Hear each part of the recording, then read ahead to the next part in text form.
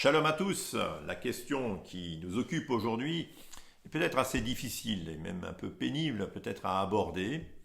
En effet, quand on parle d'antisémitisme, de quoi parle-t-on véritablement?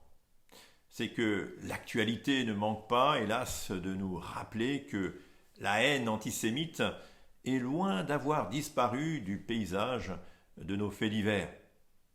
C'est presque chaque jour, malheureusement, que nous est rapporté telle ou telle agression, profanation de cimetières, tags, insultes en tout genre proférés dans le seul but d'atteindre le peuple juif. Par ailleurs, les ouvrages sur le sujet d'antisémitisme, les reportages audiovisuels, les conférences cherchant à mettre en exergue, en tout cas à dénoncer la réalité antisémite, eux ne manquent pas. Ils sont même, pour ainsi dire, assez nombreux. Et pourtant, le racisme en général et la haine de l'autre sont, pour ainsi dire, systémiques dans notre société. Bien peu parmi nous, et même je dirais parmi les sociologues les plus réputés, discernent véritablement l'origine, la base, ce qui est à la source de cette haine visant particulièrement les juifs, et ce depuis des millénaires. Ils semblent tous passer quelque part à côté d'un élément qui m'apparaît essentiel dans l'antisémitisme. C'est sa composante spirituelle, son origine démoniaque. Formellement, si l'on veut faire une définition assez simple de l'antisémitisme, qui soit même compréhensible de tous, on peut dire que l'antisémitisme, c'est la haine irrationnelle et démoniaque visant le peuple d'Israël, le peuple juif, et ce caractérisé par des pensées, des paroles et des actes contre les juifs. Mais encore, nous affirmons en outre que derrière finalement la multiplication des actes de haine, et ce dans une échelle qui dépasse toute mesure dans l'espace et qui est même confirmée dans le temps, il y a un acteur invisible qui tire des ficelles spirituelles dans le seul but de faire échouer le plan de Dieu visant à sauver l'humanité. Alors, cela peut évidemment surprendre, peut-être, mais c'est une chose, je crois, de le dire, et je voudrais que nous puissions aussi l'éclairer à travers la parole de Dieu, qui vient finalement confirmer l'histoire. L'histoire vient comme illustrer ce que la parole de Dieu nous apprend à ce sujet.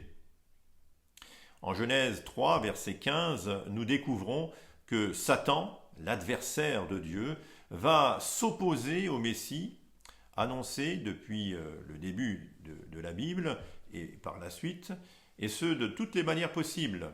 Et cela commence bien sûr à l'aube de l'humanité, et cela prendra les formes que l'on sait dès lors que finalement on découvre que le Messie sauveur devait venir d'une descendance issue d'Israël.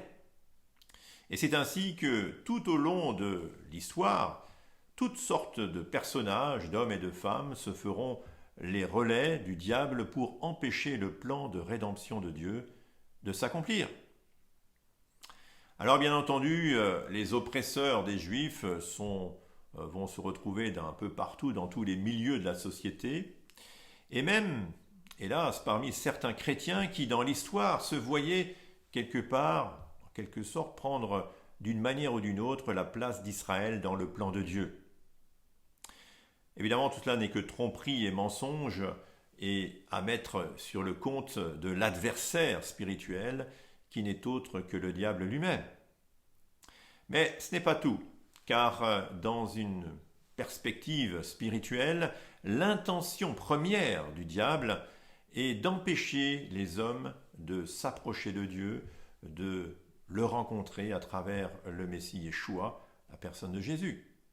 Cela est vrai s'agissant des Juifs qui sont dénoncés, en tout cas par certains, comme le peuple déicide, c'est-à-dire le peuple qui aurait délibérément mis à mort le Messie, en la personne de Jésus, venu sauver le monde.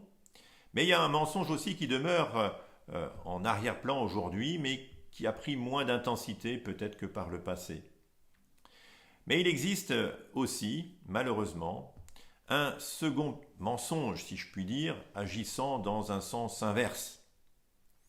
En tout cas, pas porté par les mêmes personnes. Il s'agit de dénoncer Jésus, voire ses disciples, comme d'impitoyables antisémites au travers des âges, du moins depuis 2000 ans. Alors, même si cette réalité n'est pas le fait de tous les chrétiens, bien évidemment, elle salit la réputation de Jésus et dénature, en réalité, le véritable sens de l'Évangile. Alors il n'est pas facile du coup de démêler le sens de cet antisémitisme au-delà des faits que l'on recense, bien évidemment. Que faire alors?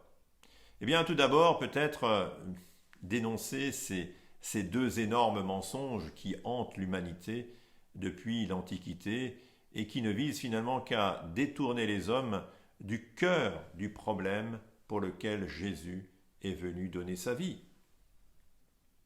Car la question reste posée finalement. Qui donc est véritablement responsable de la mort de Jésus sur la croix? Une question que nous aborderons, Dieu voulant, dans une prochaine vidéo. Et je vous remercie déjà pour votre attention. Shalom à tous et à bientôt.